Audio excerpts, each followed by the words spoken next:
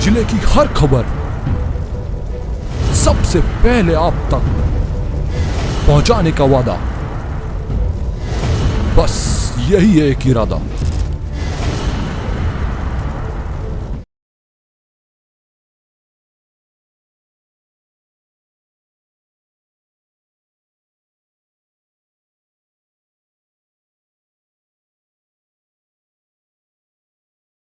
नमस्कार, आप देख रहे हैं पद्मेश 24/7 कृष्णा संडे के साथ। चलिए न्यूज बुलेटिन की शुरुआत करते हैं हेडलाइन से।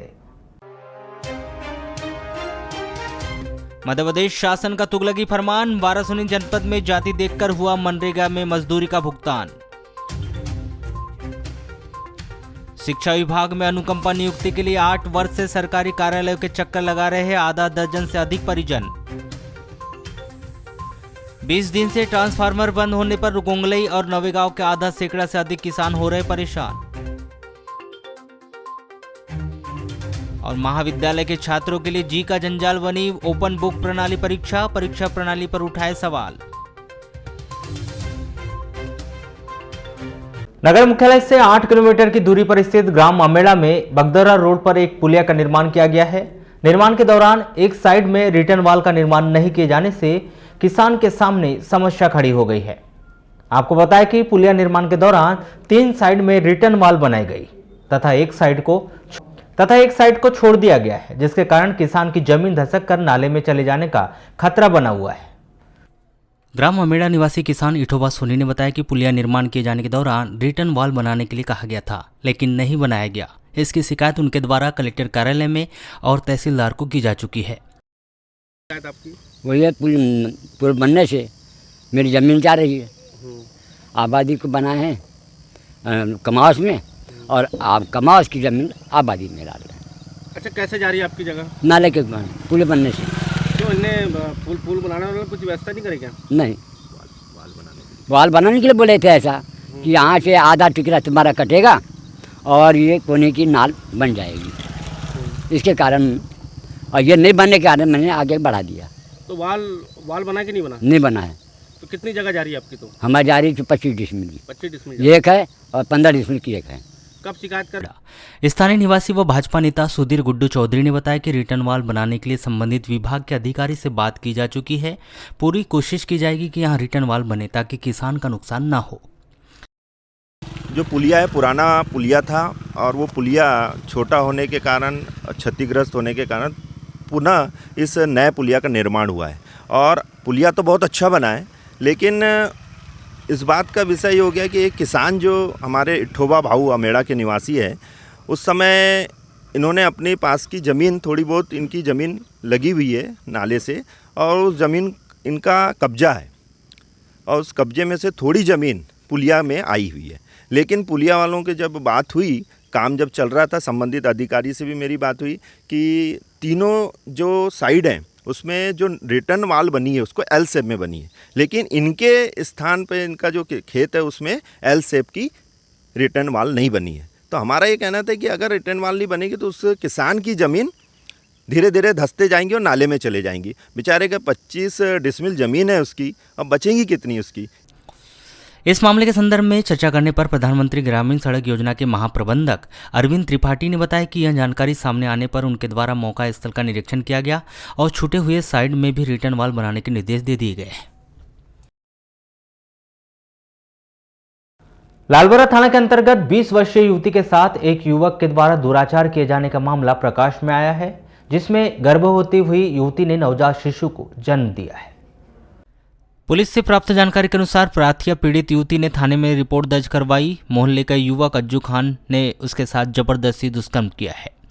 14 जून को प्रातः करीब 5 बजे युवती ने एक नवजात शिशु को जन्म दिया, जिसके पश्चात परिजनों के द्वारा जच्चा बच्चा दोनों को इलाज के लिए सामुदायिक स्वास्थ्य केंद्र लालबरा लाया गया एवं पीड़ित युवती के द्वारा थाने में रिपोर्ट दर्ज करवाई गई, जिसमें प्रार्थना की रिपोर्ट पर पुलिस ने आरोपी ग्राम अमूली निवासी अज्जू पिता बाबा खान के खिलाफ भारतीय दंड विधान की धारा 376, 376(2) एन 506 के तहत अपराध पंजीबद्ध किया है।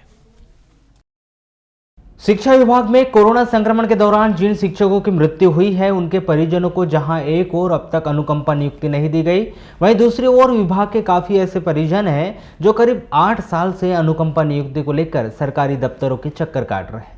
आज किरनापुर क्षेत्र के करीब आधा दर्जन से अधिक परिजनों ने कलेक्टर कार्यालय पहुंचकर जिला प्रशासन को अपनी समस्या से अवगत करवाया है और इस मामले में त्वरित कार्रवाई न करने पर 7 दिनों के बाद कलेक्टर कार्यालय में धरना देने की चेतावनी दी गई। इस संदर्भ में चर्चा के दौरान रेखा कटारे ने बताया कि उनके पति की मृत्यु हुई काफ़ी साल बीत चुका है, लेकिन उन्हें अनुकंपा नियुक्ति प्रदान नहीं की गई। काफ़ी आवेदन निवेदन किए गए लेकिन कोई कार्रवाई नहीं हुई। उन्होंने कहा कि जब भी इस संदर्भ में विभाग से चर्चा की जाती है तो उनके द्वारा बीएड डीएड की डिग्री मांगी जाती है। इन परिस्थितियों में परिजन क्या करे, समझ से परे है। हमारे को अनुकंपा नियुक्ति के लिए हम लोग पहुँचे हैं क्योंकि हमारे को अभी 7-8 वर्ष हो चुका है, लेकिन आज तक हमारे को बोल रहे कि डीएड बीएड करो, आपको तभी पे ड्यूटी मिलेगी। तो हम लोग ये कितने दिन तक चलेंगे ऐसे जरिए में? हमारा मेन मुद्दा है कि डीएड बीएड हटा दो और हमारे को कोई भी श्रेणी में दे दो। हमारे को हम कोई भी इसमें विभाग में हम करना चाहते पियून के लिए। अच्छा, हम लोग शिक्षा कर्मी में नहीं मांग रहे पद, कोई बड़ा पद तो करके। अच्छा, जैसे शिक्षा विभाग से आपने संपर्क किया होगा, क्या बोलते हैं? तो वो डीएड बीएड मांग रहे हमारे से। हम अपने घर को चलाए, बच्चों को चलाए, कि हम अपना भरण पोषण कैसे करेंगे? हमारे को कुछ समझ ही नहीं आ रहा है। अच्छा, क्या अभी संभव है कि अब डीएड बीएड हो जाएगा या ऐसा क्या लग रहा है? नहीं, बिल्कुल हम लोग डीएड बीएड तो करना ही नहीं चाह रहे हैं। और शासन की मंशा क्या लग रही है इसके पीछे की? जब आओ नहीं, वो हमारे को घुमा रहे हैं, सिर्फ घुमाने के माने हम लोग को घुमाते घुमाते मैंने हमारा समय खराब कर दिया उन्होंने। अब ये चाह रहे हैं कि डीएड बीएड खत्म करे और हमारे को अनुकंपा नियुक्ति दी जाए। पुराने वाले नियम ही लाना चाहिए ना सर। अच्छा, ये बताइए, अभी कोरोना 19 में जो खत्म हुए हैं उनको बोल रहे हैं कि 5 लाख रुपए मिलेगा और वो बता रहे हैं कि उनको 1 तारीख से माने उनका आवेदन भी जमा हो रहा है, लेकिन हम लोग इतने आवेदन जमा कर रहे हैं 8-10 साल से, हमारे को तो कोई मिल ही नहीं रहा है।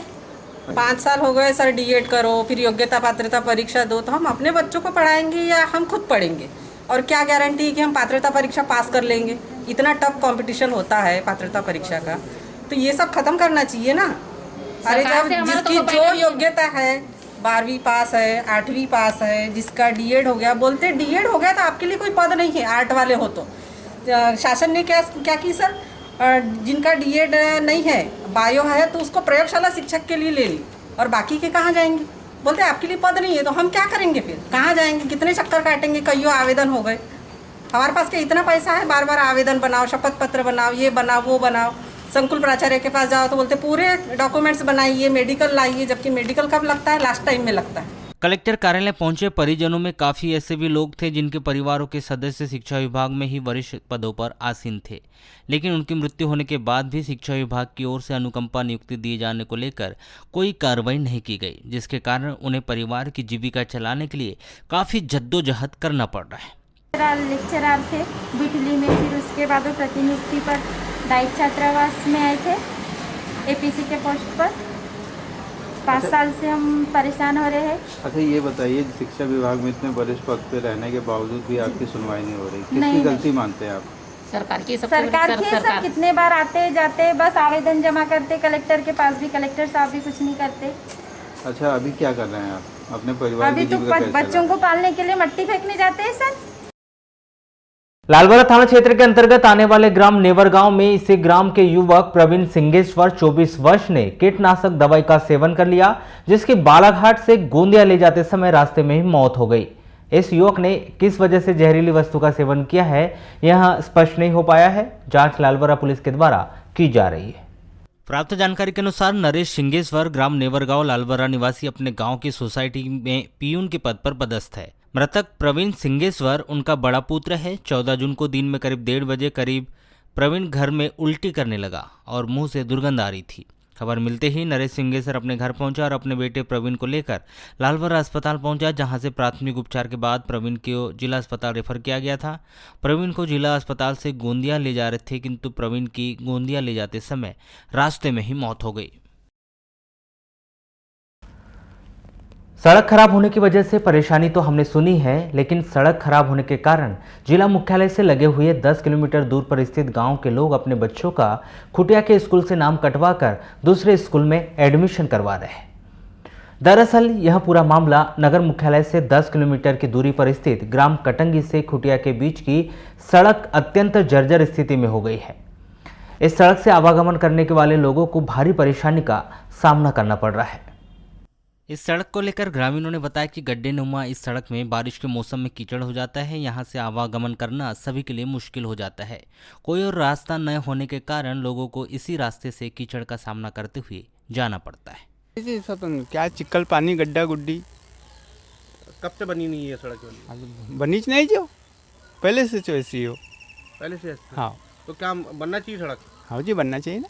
तो आप लोगों ने कभी बोले नहीं कि जनप्रतिनिधियों को? जी अब क्या गाँव वाले खुटिया वाले कटंगी वाले बोलना चाहिए। सबने बोले? हाँ जी बोलते हैं लेकिन कौन मानते नहीं ना।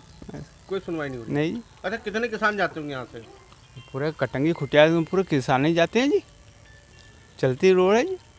अगर जैसे बरसात के दिनों में चलने लायक रहती कि नहीं रहती? नहीं नहीं नहीं नहीं बहुत दिक्कत जाती है। फिर कहाँ से जाते हैं फिर? बस वही अब जाना ही पड़ेगा। कब से नहीं बनी है सड़क? तो पहले पड़न थी, ये पड़न के बाद में ये 4-5 साल पहले ये हुई है मुरम्मत इसकी। WBM बनी है? हाँ बस। अभी पक्का निर्माण नहीं हुआ इसका? पक्का निर्माण नहीं हुआ इसका। अच्छा कितने किलोमीटर दूर तक ये सड़क ऐसी है? ये कटंगी से खुटिया तक के समझ लो पूरी बस खराब है रास्ता पूरी खराब। क्या परेशानी आती है? हाँ वही है, कीचड़ से आने जाने में बारिश में पूरी तकलीफ होती है। अगर इस यहाँ पे अगर तकलीफ होती है तो फिर कहाँ से आते हैं फिर आप लोग? नहीं अब क्या है, खेती करना है, खेती के हिसाब से तो आना ही पड़ेगा ना, वहीं से आना पड़ेगा, फिर कहाँ से आएगा आदमी? और भी रास्ते हैं फिर? नहीं नहीं नहीं नहीं। ग्राम खुटिया निवासी अशोक बिसेन का कहना है कि बरसात में इस सड़क पर स्थिति इतनी खराब हो जाती है कि दोपहिया वाहनों को ढकेलते हुए ले जाना पड़ता है। कई मर्तबा साइकिल को कंधे पर उठाकर ले जाते हुए भी लोगों को देखा जा सकता है। ये रोड में परेशानी है कि गड्ढे गुड्ढे बहुत हैं।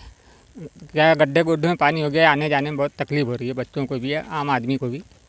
बरसात के दिनों में फिर क्या प्रॉब्लम है? बरसात के दिनों में वही है, फिर पैदल जाओ तो गाड़ी ढकेलते जाओ, साइकिल से जाना है साइकिल ढकेलते जाओ, कंधे में उठा के ले जाओ, ये प्रॉब्लम। क्या मांग करते हैं फिर आप? रोड कहाँ, रोड कटंगी से खुटिया से कटंगी क्लियर हो जाए। ग्राम कटंगी के पूर्व उप सरपंच धनलाल मोरधवने ने बताया कि ग्राम कटंगी के बच्चे पढ़ने के लिए ग्राम खुटिया के स्कूल में आते हैं। सड़क की जर्जर हालातों के कारण उन्होंने अपने बच्चों का नाम स्कूल से कटवा दिया है। वहीं ग्राम खुटिया निवासी धामेश्वर बिसेन का कहना है कि हम कंप्यूटर युग में हैं ऐसा बोलते हैं, लेकिन इस सड़क को देखते हुए बड़ी तकलीफ होती है। चुनाव के समय नेता लोग हर बार आश्वासन देते हैं लेकिन उस पर अमल नहीं होता। परेशानी यही है, बच्चों को जाने आने में कुछ अब ऐसी दिक्कतें पड़ रही है। ये रोडों के वजह से जाने आने में कुछ नाम कटाने के भी इसमें प्राइवेट में भी बच्चे आते थे हमारे यहाँ के 2-2 बच्चे। स्कूल कहाँ जाते हैं? अभी तो स्कूल 2 बच्चे तो यहीं आते हैं 8वीं तक भगत सिंह विद्या मंदिर में। कोई गुड़िया यहाँ से निकल गई है, वो 9वीं में जाएगी, फिर 2 बच्चे प्राइवेट में जाते हैं। अच्छा कब से नहीं बनी है सड़क वाली? ये तो 8-10 साल हो गए जब से हमारे भाई लोग भी पढ़े, जब से यहाँ ये रोड की पूरी समस्या है। बारिश में आवागमन पूरा बंद हो जाता है, यहाँ कोई आवागमन के साधन नहीं है। क्या मांग करते हैं तो? रोड के लिए मांग करते हैं, कोई आते हैं नेता लोग आते हैं तो बोले बस बन जाएगी, बनेगी कहते हैं, हमारे मंत्री महोदय पास में है। कितने किलोमीटर दूर का रास्ता ही है? 1 किलोमीटर का है। अब तक नहीं बन पाई है? नहीं, नाम कटवा दिए बोल रहे थे। बच्चे का स्कूल से नाम इसलिए कटवा दिए क्योंकि परेशानी ज़्यादा है यहाँ आने जाने में। भैया 8-8 दिन 9-9 दिन ही आते हैं अंकल जी बच्चे, फिर क्या करेंगे? बारिश जब बारिश गिरती है तो आवागमन का साधन नहीं। फिर कुछ रोडें अच्छी रहती है तो स्कूल यहाँ छोड़ दो, साइकिल में बैग लाते हैं तो बैग क्या है, फिर बैग गिर जाते हैं तो बच्चे झोला गिर जाता है तो फिर भर जाता है उनका झोला। ये बरसात के दिनों में प्रॉब्लम होती है? हाँ बरसात में ही प्रॉब्लम है ज़्यादा। पूर्व अनेकों वर्षों से देख रहा हूँ, आज 60 साल की उम्र होने जा रही है और इस रोड में पहले काम हुए अभी जो भी हुए, लेकिन हम फिलहाल में नए युग में कंप्यूटर युग में हैं ऐसा बोलते हैं। और इस रोड को देखते हुए अभी हमारे कटंगी वाले भैया ने बताया कि बच्चों को कितनी आने जाने में तकलीफ हो रही है। बच्चे लोग स्कूल से नाम कटा रहे हैं रोड ख़राब होने के कारण। ये बड़ी शर्म की बात है, आज इस युग में ये विडंबनाएं हमें देखनी पड़ रही है। नया युग कहते जा रहे हैं, लेकिन ये क्या नया युग है भैया? ये तो रोडें ऐसी ख़राब है। ये रोड है खुटिया से भानपुर रोड ख़राब है, कटंगी से परसवाड़ा रोड ख़राब है, इतनी ख़राब है कि वहाँ से पैदल ही आया जाया जा सकता है। ये थोड़ा हम मांगे करते हैं नई सरकार, और इतनी अच्छी पुरानी सरकार है, बीजेपी की सरकार है, अच्छी सरकार है, हम उसको सरकार को कुछ नहीं बोलते। रोडें बना दें। हमारे विधायक महोदय और मंत्री महोदय से निवेदन है कि इन रोडों पे जल्दी से जल्दी, आज इतने साल वोट मांगते समय सब बातों का आश्वासन देते हैं और इतने सालों से क्या वोट का रोड पे आश्वासन देना? बनाओ ना भाई, काम करने में लगता क्या है? कार्यकर्ताओं की कमी तो है नहीं और पैसों की भी कमी नहीं है, सड़क बनना चाहिए। सिर्फ नियत की कमी है, थोड़ी सी नियत जागृत करे प्रशासनिक लोग और नेता लोग तो अच्छी बात है, गांव वालों का भला हो जाएगा, नाम लेंगे। केरणापुर थाना क्षेत्र में एक बहशी व्यक्ति ने अपनी 72 वर्षीय वृद्ध सास को अपनी हवस का शिकार बना लिया। यह घटना 10 जून की रात की करीब 10 बजे हुई। घटना के बाद यह व्यक्ति कोतुबाहे 47 वर्ष फरार है, जिसकी तलाश की जा रही है।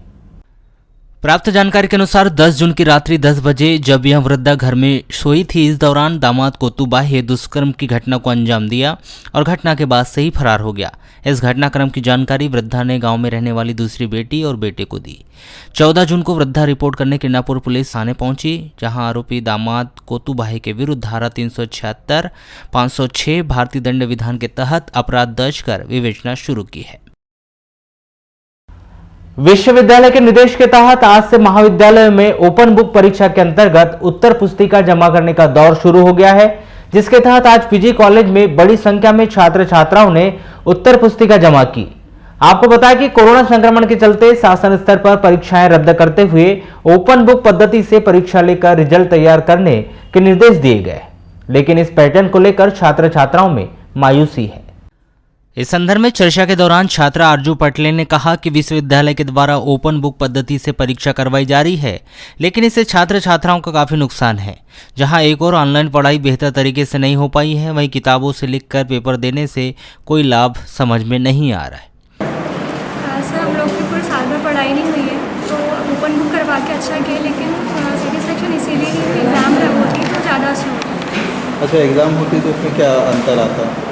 सर, हम लोग ने क्या पढ़े क्या नहीं, हमको कोई नॉलेज ही नहीं है। ऑनलाइन भी तो क्लासेस लगाई गई। सर, ऑनलाइन क्लासेस लगी, लेकिन उसके बाद बंद भी हो गई थी, सारी अच्छे से नहीं लगी। तो लगभग कितना नुकसान हुआ होगा पढ़ाई का? सर, नेटवर्क इशू की वजह से उनकी क्लासेस अच्छे से नहीं लग पाई थी, क्योंकि गाँव में बहुत अच्छे से नेटवर्क नहीं मिल पाता। वहीं इस संदर्भ में बीकॉम फाइनल ईयर की छात्रा ज्योति ने बताया कि ओपन बुक पद्धति से परीक्षा लेकर छात्र छात्राओं में किसी भी प्रकार का अंतर नहीं रखा गया, जबकि काफ़ी ऐसे छात्र हैं जिन्होंने दिन रात पढ़ाई कर परीक्षा की तैयारी की थी, लेकिन ओपन बुक पद्धति ने छात्र छात्राओं को निराश किया है।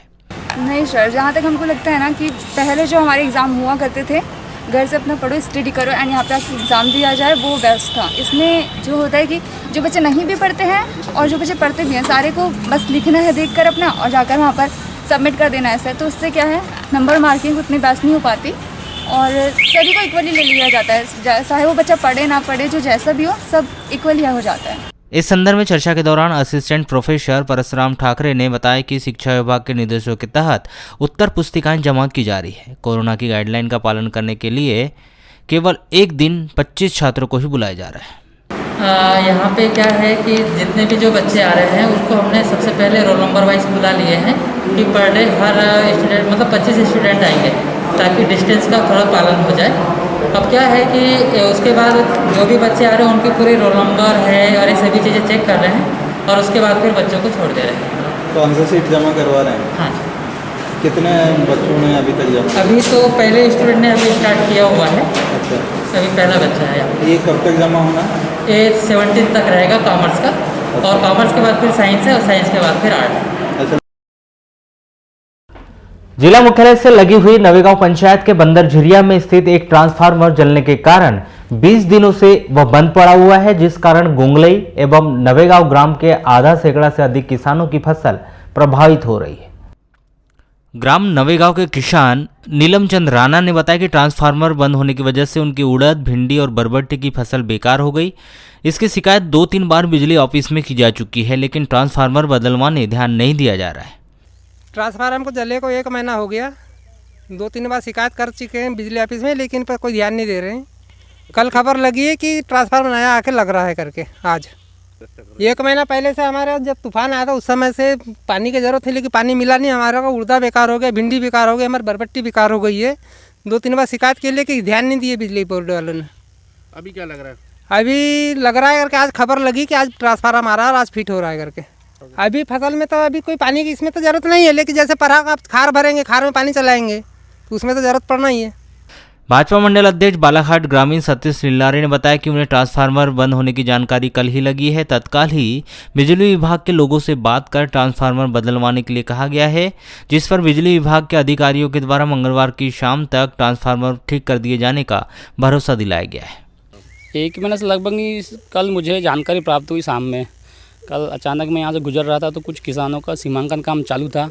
पटवारी तहसीलदार लोग आए हुए थे तो उन्होंने मुझे बताया कि भैया ट्रांसफार्मर बंद है। तो मैंने रात में तुरंत ही बिजली विभाग से चर्चा किया और आज शाम तक या कल तक ठीक हो जाएगा ट्रांसफार्मर। मध्य प्रदेश शासन के एक तुगलकी फरमान से वारासुनी जनपद पंचायत क्षेत्र के ओबीसी और सामान्य जाति के मजदूर जिन्होंने मनरेगा में काम किया है, उन्हें मजदूरी के भुगतान के लिए अभी और लंबा इंतजार करना पड़ सकता है। दरअसल पूरा मामला इस तरह से है कि मध्य प्रदेश शासन के द्वारा कोरोना संक्रमण काल की दूसरी लहर के दौरान जिले के भीतर रोजगार देने के उद्देश्य से मनरेगा के काम तो करवा लिए गए और बाकायदा इस संक्रमण के दौर में मजदूरों को काम देने के नाम पर जमकर वाहवाही लूटी गई। लेकिन जब भुगतान करने की बारी आई तो इसमें जाति की बड़ी खाई खोद दी गई। जाति के नाम पर मजदूरों को बांट दिया गया। ओबीसी और सामान्य वर्ग के मजदूरों को मजदूरी से भुगतान से अलग कर दिया गया और उन्हें इंतजार करने का आदेश दिया गया। तो वहीं एससी और एसटी वर्ग के मजदूरों के खाते में राशि का भुगतान कर दिया गया। अब तक हुआ भी ऐसा ही कि ओबीसी और सामान्य वर्ग के मजदूरों के खाते में राशि नहीं आई, तो वहीं एसटी और एससी समाज के मजदूरों के खातों में राशि का भुगतान हो चुका है। मैं इसलिए आया था कि मेरा पेमेंट वारा पंचायत से नहीं हुआ है, अभी तक एक भी पेमेंट मेरा नहीं आया। कब से काम करे आपने? ये अभी पिछला 2 हफ्ते से काम कर रहा हूँ और अभी 2 हफ्ते का मेरा पेमेंट नहीं आया। सभी को पेमेंट नहीं आया क्या? नहीं, एसटी एससी वर्ग में आया है और अभी हम लोग अदर में, इसलिए हमारा पेमेंट नहीं दिखा रहा। कितना तक पेमेंट है, कब से है? ये 2 हफ्ता, मतलब ये पिछले हफ्ते जो काम हुआ है उसका 15 दिन पहले जो काम हुआ। क्यों नहीं आया, ऐसा कुछ पता चला क्या? हमको पता चला कि एसटी एससी और अदर में वो बांटा गया, उसमें मस्टोल में, तो एसटी एससी वालों का पेमेंट दिखा रहा है और हम लोगों का नहीं दिखा रहा है, अदर वालों। क्या बोलते, सरपंच से चर्चा किए थे? सरपंच से चर्चा किए तो इस बारे में हम ऊपर में शिकायत करेंगे। ऐसा पेमेंट क्या मांग करते हैं? हम मांग करते हैं कि हमारा पेमेंट जल्दी निकले और ये जो शासन द्वारा जो एसटी एससी वर्ग में किया गया है उसको बंद करके मजदूर की कैटेगरी में पेमेंट दिया जाए। सर, मैं पंचायत का कर्मचारी हूँ, मजदूर हूँ। लॉकडाउन में 1-1.5 महीना हो गया मैं काम कर रहा हूँ, पर पेमेंट नहीं मिली सर। आपको ही नहीं मिली क्या? हर किसी को नहीं, ओबीसी वालों को नहीं मिली, एसटी एससी वालों को मिली है सर।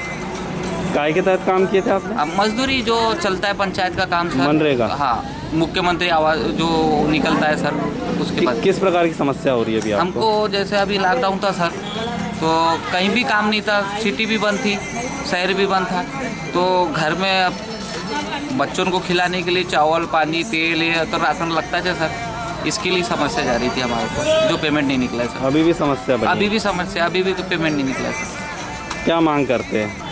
आप सरपंच साहब को बोले हैं तो ऊपर बात छेड़ेंगे करके बोले हैं और देख लेते हैं, बाकी हमारा जो हक है वो मिलना चाहिए सर। किन्हीं लोगों को शासन का नियमित ये निर्देश थे कि कोरोना काल में श्रमिकों को अधिक से अधिक रोजगार गारंटी के तहत रोजगार उपलब्ध कराया जाए। समस्त ग्राम पंचायतों ने भरसक मेहनत की और श्रमिकों को कार्य उपलब्ध कराने के लिए विभिन्न काम खोले, किंतु बड़ी विडंबना है कि लगभग 4-5 सप्ताह हो गए हैं हमारी ग्राम पंचायत में श्रमिकों द्वारा विभिन्न कामों में संलग्न हुए, किंतु 50% मजदूरों का ही मजदूरी भुगतान हो पाया है।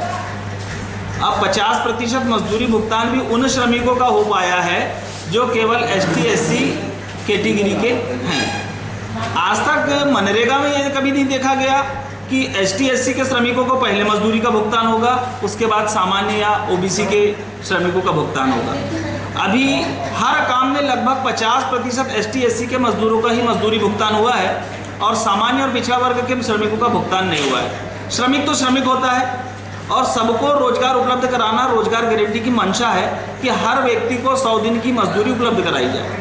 अब 100 दिन की मजदूरी उपलब्ध कराने के साथ साथ जब हमने उपलब्ध करा दी है, जितने सप्ताह हमारे यहाँ काम चला उतनी मजदूरी के में सभी समुदाय के लोगों को हमने काम दिया है, किंतु केवल एसटी एससी के मजदूरों का मजदूरी भुगतान हुआ है, ओबीसी जनरल के मजदूरों का मजदूरी भुगतान अभी तक पेंडिंग है, जिसके कारण उनको अपने जीवन यापन में काफ़ी संकटों का सामना करना पड़ रहा है। वारासुनी जनपद पंचायत के सीईओ डीके करपे ने भी इस बात को माना कि इस बार जो भुगतान हुए हैं उसमें थोड़ी भ्रांतियां दिखाई देती है, जो इस प्रकार से जनपद स्तर से पूरे मास्टर रोल का एफटीओ किया जाता है, जिसमें आधार बेस नॉन आधार बेस पे यहाँ से एफटीओ होते हैं।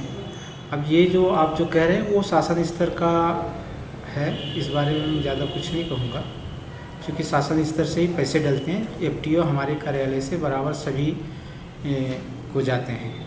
तो सर ये ST SC OBC जनरल ऐसा कुछ है क्या वर्गवार है, शासन के निर्देश उसी हिसाब से सॉफ्टवेयर लेता है और उस हिसाब से पूरे एफटीओ यहाँ से चले जाते हैं। तो सर अपने यहाँ अभी मज़दूरों को मजदूरी नहीं मिली है, तो क्या प्रयास किए जा रहे हैं? इस संबंध में पत्राचार किया गया है शासन से कि कुछ मजदूरों की पेमेंट नहीं आ रहे हैं। इस संबंध में शासन को लिखा गया है पत्र। ये कब से रुके हुए हैं? मेरे संज्ञान में शायद 1 महीने का है, 1 डेढ़ महीने का।